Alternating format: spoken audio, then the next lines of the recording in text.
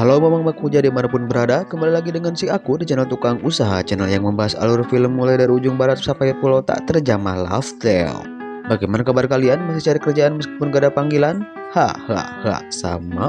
Kali ini si aku akan membahas sebuah film yang cukup edans berjudul Feed Me.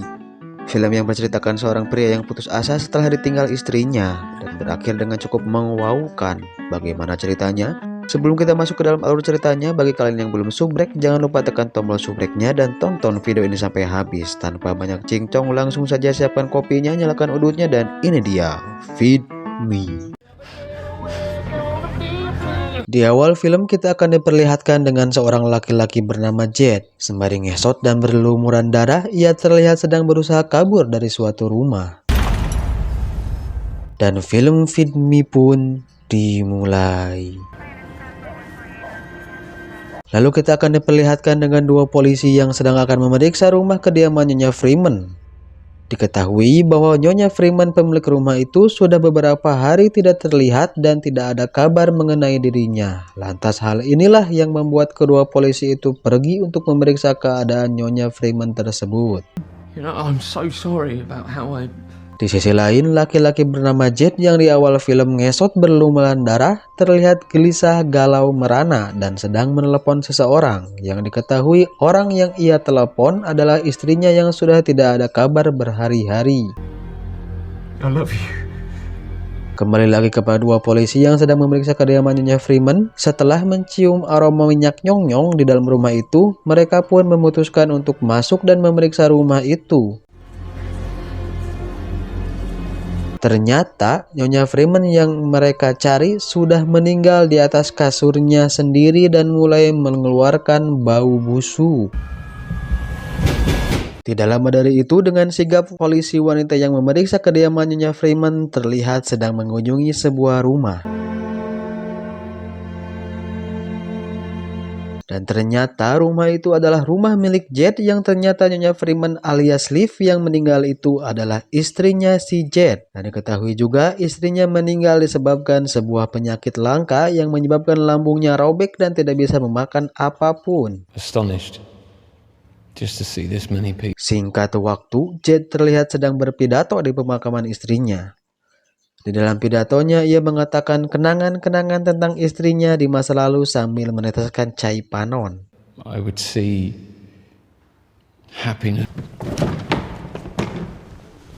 Namun tiba-tiba salah seorang pelayat yang hadir di sana secara gurung-gusuh meninggalkan acara pemakaman itu. Sontak hal itu membuat Jet merasa aneh dan curiga dengan gelagat orang itu.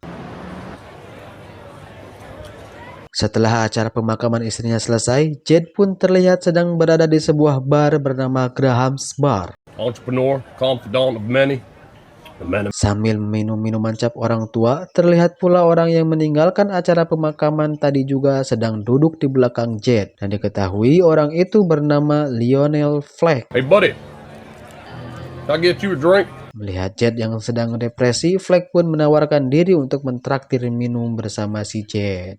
But the only glasses they ever sold were these, Ternyata si Fleck ini adalah seorang konsultan.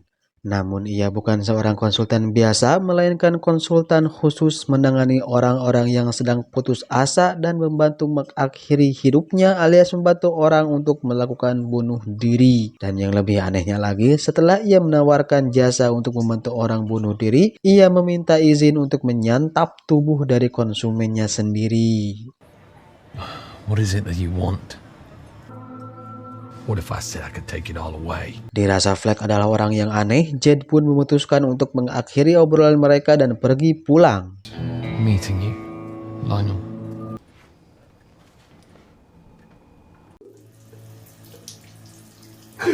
Singkat waktu, Jet sudah sampai di rumahnya dan terlihat sedang mandi. Ia merasa sangat depresi atas kematian istrinya. Ia merasa tidak becus dan tidak mampu untuk mengerti dan menolong istrinya dan menyalahkan dirinya sendiri atas kematian istrinya itu. Lalu ia memutuskan untuk memotong urat nadinya agar bisa menyusul istrinya ke akhirat.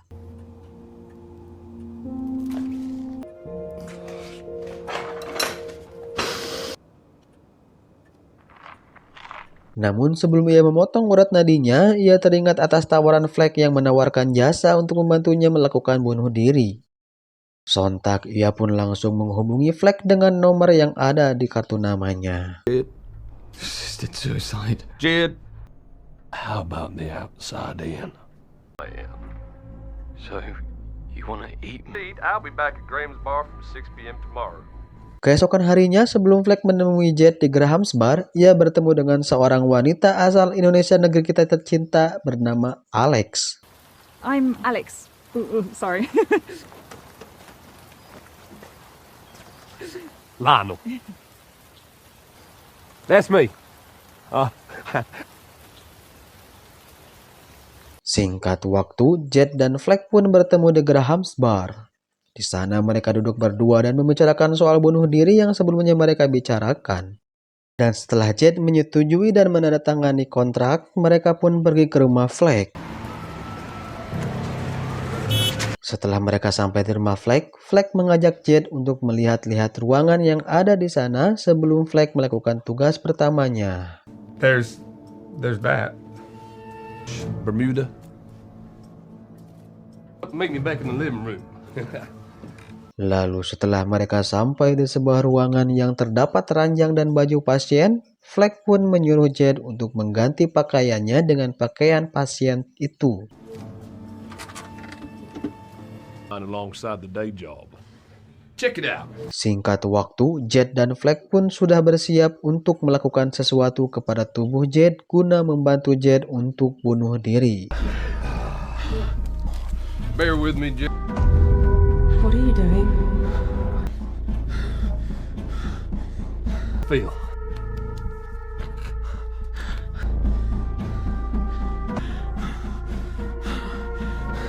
Dan alangkah terkejutnya si aku mengetahui bahwa yang dilakukan Fleck adalah memotong jari Jed, dan yang lebih mengerikannya lagi, Fleck memasak dan memakan jari Jed yang sudah ia potong menggunakan pemotong besi. Attaboy. Proud of you. Merasa aneh dengan apa yang dilakukan Fleck kepadanya, Jed pun memutuskan untuk memakan pil sebanyak-banyaknya agar hidupnya segera berakhir. Namun ternyata Jed ini takut dan tidak berani melakukannya dan memilih Fleck untuk membantunya saja dalam melakukan hal bunuh diri.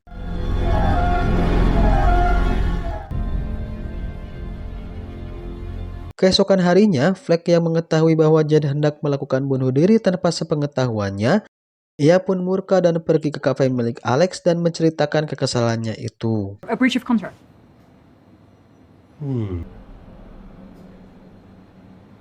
It should almost left me in the middle of the goddamn night.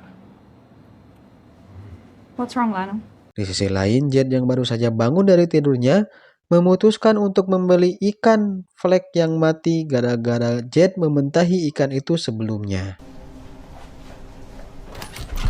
Kembali lagi kepada si Fleck yang sedang berada di kafe milik Alex. Terlihat ia sedang menceritakan kekesalannya dan meminta Alex untuk memberinya saran supaya kekesalannya itu menghilang. Can I ask you something? Don't be ashamed of what you are. We all like what we like. Singkat cerita, Jed dan Fleck pun bertemu kembali di kediaman milik Fleck. Have a seat, Jed.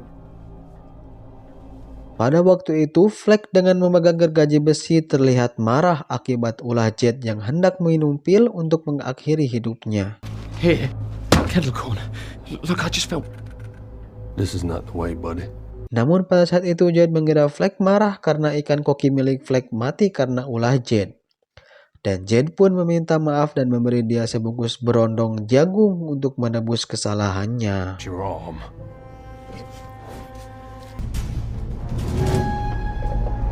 Lalu untuk mempercepat proses bunuh diri yang diinginkan Jed, Fleck pun meminta Jed untuk duduk kembali dan mengulurkan tangannya. Dan tiba-tiba...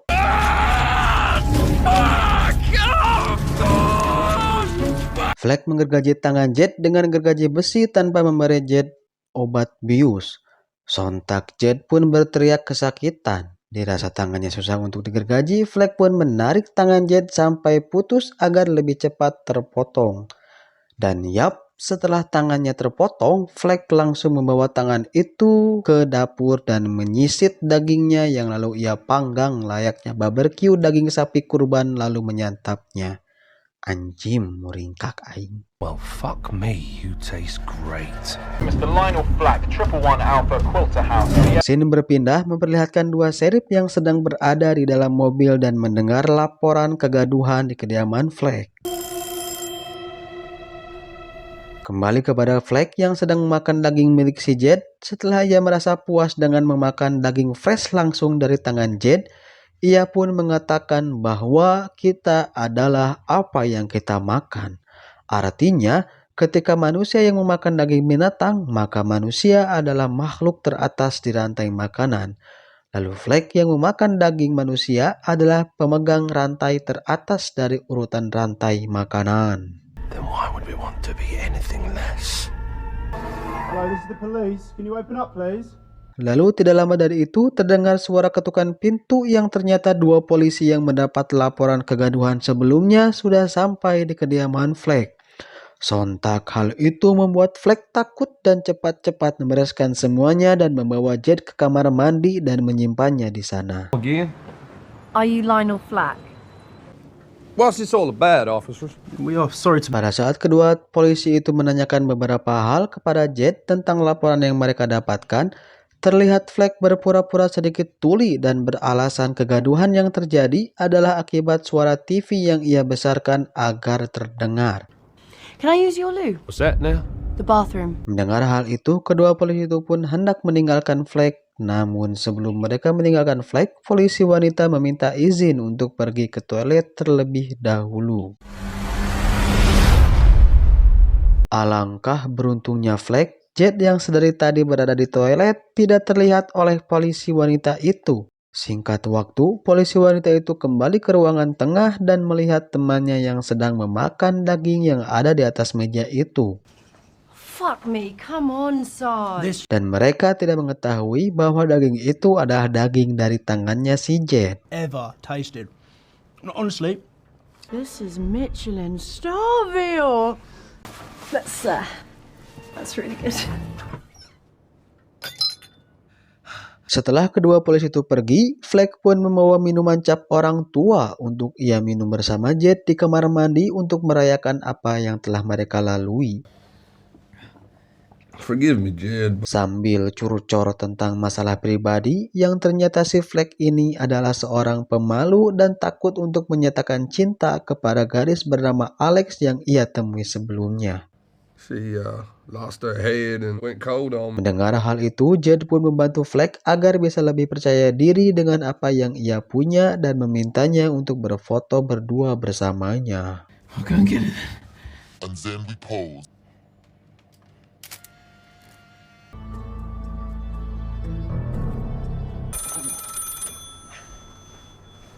Keesokan harinya, Fleck terlihat mendapat telepon yang ternyata telepon itu berasal dari Alex yang mengatakan bahwa kalung ikannya tertinggal. Tidak hanya itu, Alex yang salah mengira orang yang membuat Fleck kesal adalah pacarnya, ia pun mengajak Fleck untuk berkencan malam harinya. That sounds perfect. See you tonight? Singkat waktu, Fleck mengajak Jed ke suatu tempat menggunakan bus. Setibanya di sana, Fleck mengajak Jed dan beberapa orang yang mengalami keterbelakangan mental untuk sama-sama menaiki sebuah perahu karet di sana. Lalu tiba-tiba, Survival 101! Fleck menembak salah satu perahu karet yang dinaiki oleh ODGJ itu. Sontak hal itu membuat Jed marah dan mengira Fleck sengaja melakukannya untuk membunuh mereka. Ketika Jed sedang tenggelam, terlintas di pikirannya tentang istrinya Liv yang berada di alam barzah. Ia terlihat memberikan jantung kepada Jed, dan ternyata hal itu menandakan bahwa Jed belum meninggal dan masih diberi kesempatan untuk hidup. Singkat waktu, mereka sudah sampai di kediaman milik Fleck. Setelah kejadian sebelumnya yang membuat Jed marah, ia pun memutuskan untuk membatalkan niatnya dan menghina Fleck atas perbuatannya yang ia lakukan sebelumnya. I am done! Lionel! And what do you see?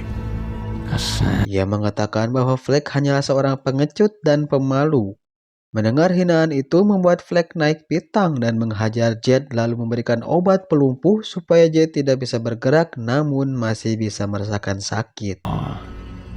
Fucking coward! Dan tidak ingin melewati kesempatan itu, Fleck dengan brutal memotong kedua kaki milik Jed lalu ia bawa ke dapur untuk ia makan. Namun karena hinaan Jed sebelumnya membuat Fleck merasa kesal karena apa yang dikatakan Jed kepada dirinya memang benar.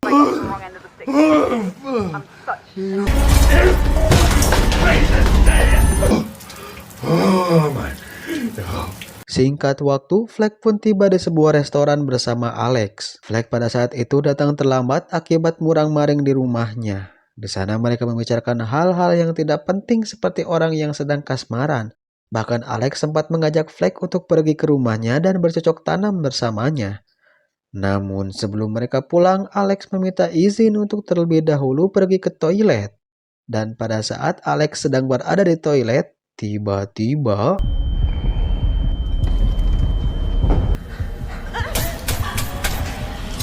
entah jurik jarian dari mana yang merasuki Fleck, bukannya senang akan diberi donat rasa terasi berlendir bening, ia malah membunuh si Alex di kamar mandi.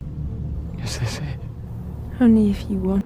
I don't stand a chance. He's taken everything. Scene berpindah memperlihatkan mimpi si Jed yang bertemu istrinya di akhirat.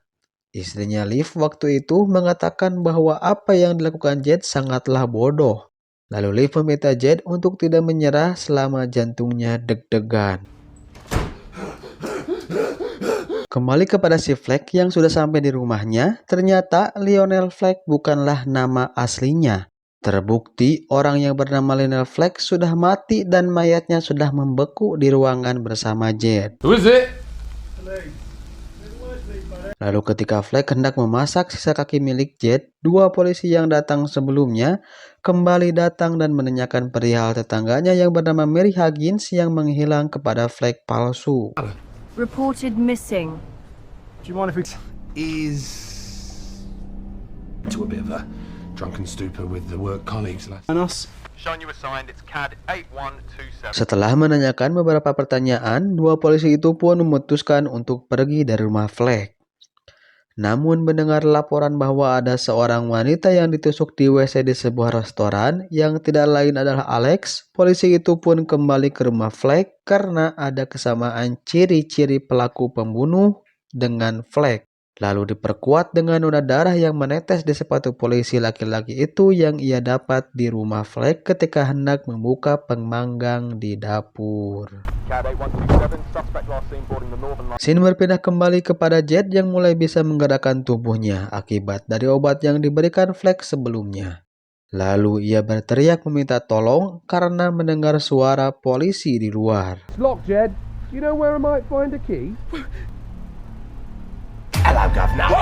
Namun si borkokoknya ternyata suara polisi itu bukanlah suara polisi asli, melainkan suara Fleck yang sedang mempermainkan Jed. Dan nasib kedua polisi sebelumnya sudah meninggoy dikadek oleh si Fleck palsu. Lalu Fleck membawa Jed ke meja makan dan memberikan potongan daging dari kaki milik Jed.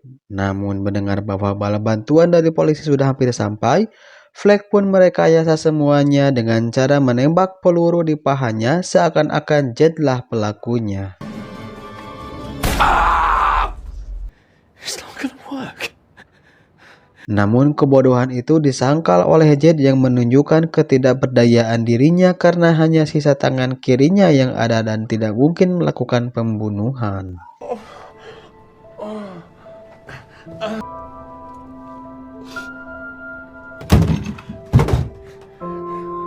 Seolah mengiyakan pendapat si Jed, Fleck pun mulai putus asa dan mulai mengajak ngobrol ikannya yang ternyata bernama Bermuda. To see the world from inside the Bermuda's dead. Lionel. Namun pada saat itu Jed mengatakan bahwa Bermuda sudah mati. Hal itu menambah keputusasaan yang dirasakan Fleck. Lalu Fleck meminta Jed untuk diam dan makan saja bersamanya. Lalu tiba-tiba So Fleck mati dengan mata yang tertusuk oleh pisau yang ia pegang. Lalu Jet berusaha ngesot berniat untuk keluar rumah dan meminta bantuan. Namun pintunya terkunci dan film pun tamat.